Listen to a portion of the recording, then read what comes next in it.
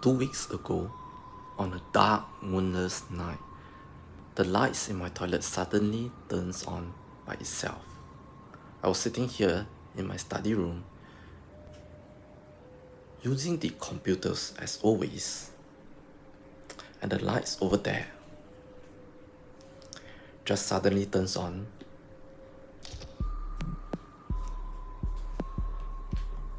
So the first time this happens, I raise an eyebrow. I walk over and turn it off.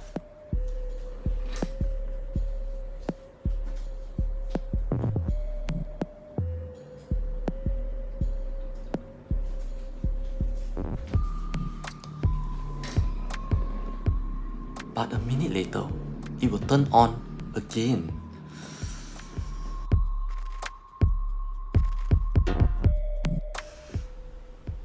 My wife was so scared and said, "It must be some dirty things in the house." And it coincided with the night that we brought Jade back home for the weekends. If you didn't know, babies are sensitive and can easily attract other beings. She said we need to go find the Taoist master again.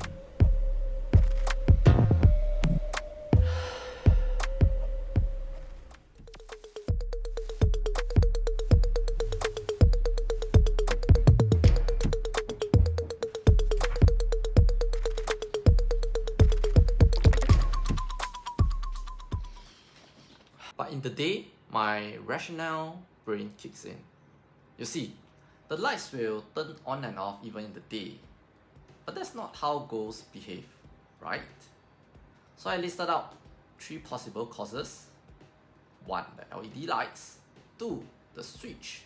Or 3, there's really something dirty in the house. Of the 3, my bet is on the switch that is causing the flickering. Why? You see, we have a touch capacity switch, not those physical tap ones. So it is even more likely to have hardware issues. It could be some EM wave in the air triggering it, or the touch sensor becomes hypersensitive. And so I ordered a new switch from Taobao to replace it. But the order will take a few days to arrive from China, so as a temporary solution, I took an old switch from another of my house. This is a traditional tap switch, very common. Firstly, bring up your circuit plan. This is mine. Identify where is the light. The second switch in the DB is where I can switch off and the lights will all switch off.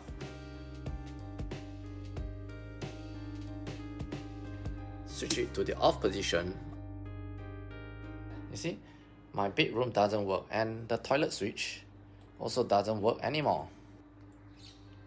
I actually changed the switch a few days ago, and that time I was gay kiang lah. I didn't switch off the DB and I got electrocuted.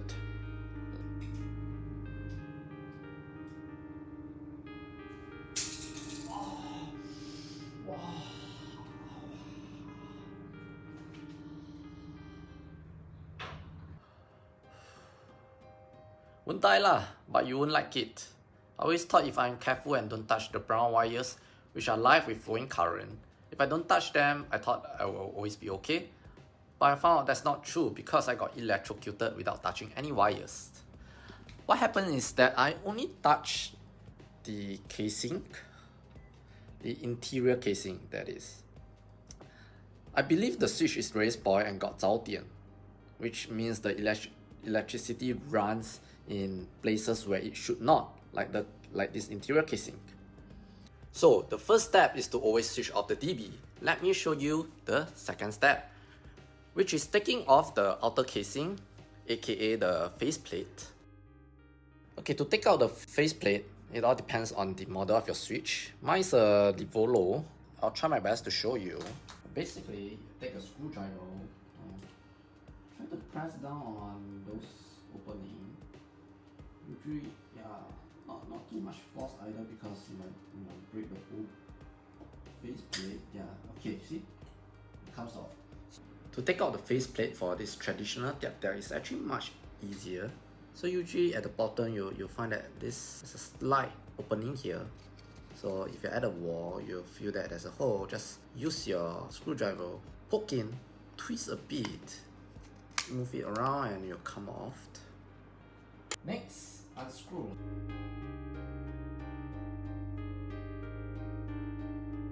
Okay, now the wires are now exposed. Let me try to explain the wires. As you can see, this is a 2-gang switch. As we have 2 lights in the toilet, you can't see here, but it's labeled L1 for this and L2 for this. L1 is for light number 1 and 2 is for light number 2. And usually what you'll see, right, is that the electrician will draw something at the wire. You see one line here, that means it's for light number 1. And then this one, you see there's 2 lines there. That means it's light for light number 2. So L1 and L2 is easy, just plug them in. Now the interesting one is this. This is labeled L. L is where the current flows in from the DB. And there are 2 wires here. At this point, if I'm replacing the same model for the switch, I can just take a photo and make sure that I wired them up exactly the same with the new switch. As I mentioned earlier, the order from Taobao will take a few weeks to arrive. So meanwhile, this is the traditional tiap-tiap switch from Schneider that we'll use as the replacement. There's a difference between these 2 switches. I don't mean just the outer appearance, which is obvious. The wiring inside is slightly different. This one has actually 2 holes labeled COM, and then that has 1 hole labeled L with 2 brown wires squeezed into it. Later, I'll take out that 2 wires in L and then connect to the 2 COM here separately.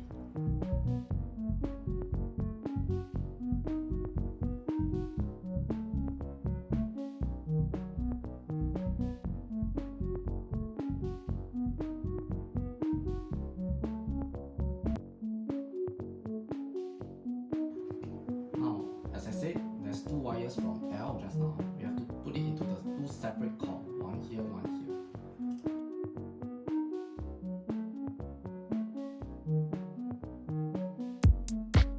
Okay, all wired. So to recap, the L1 and L2 wires, they are for light 1 and light 2. They are the same on both the switch.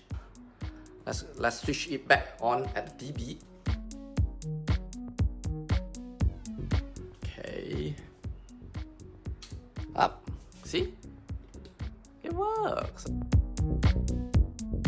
Now there's an issue.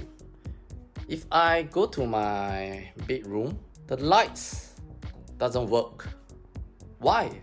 Everything is on. I never touch here. Why this room doesn't work anymore? Let me explain.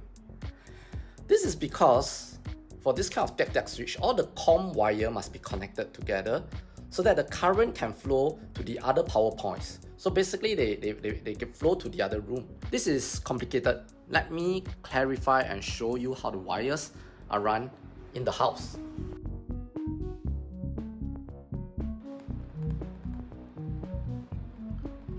So just now we see in the distribution box there is S1, S2.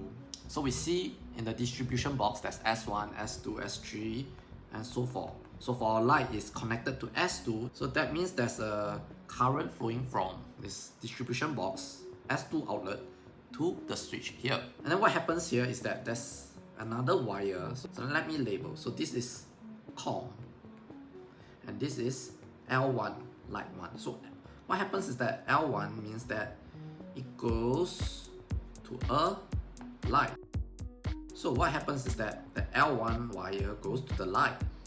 And then lastly, there's another wire that you didn't see, this blue neutral wire. So this is how current flows from the DB to the switch to the light and then back to the DB. So one thing about the neutral wire is that a lot of people doesn't know actually where is the neutral wire.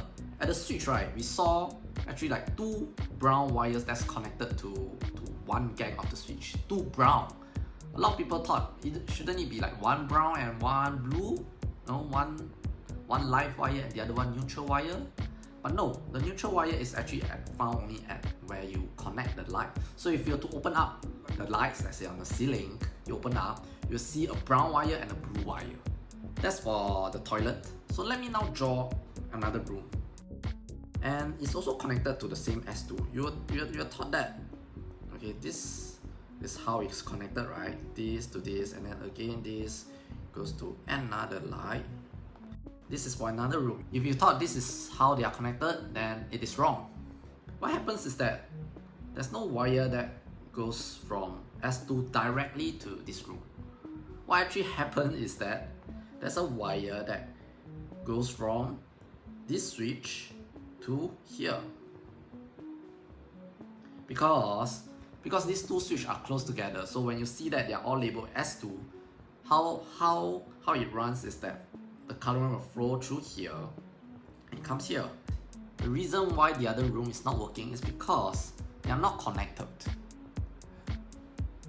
And so the solution is simply to get a short piece of wire and connect from here to here, so that you will now have a closed loop and current can flow from here and to the other room. Just one more thing about the neutral wire.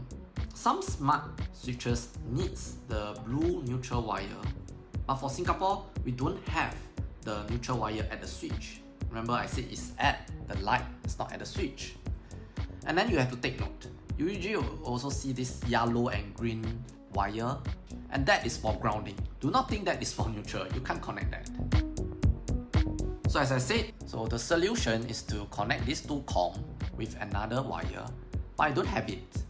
So a temporary solution is to squeeze both brown wires into one comm.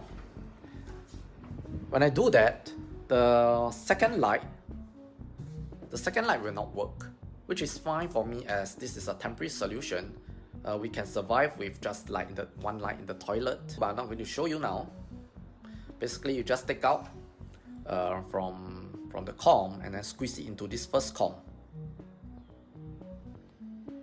Replacing light switches is a handyman skill that I think every homeowner should have. I've done it before, but this time the situation is a bit more tricky because of the different switch models that we have. If you can't DIY, then you can get an electrician to do the job, but it will be expensive. I think around $100. What they do is simply what you see in this video. Take out the faceplate, unscrewing the wires, screwing them back in. Hopefully, this video shows you that it is not hard to replace a switch by yourself. Just be safe. Bye bye.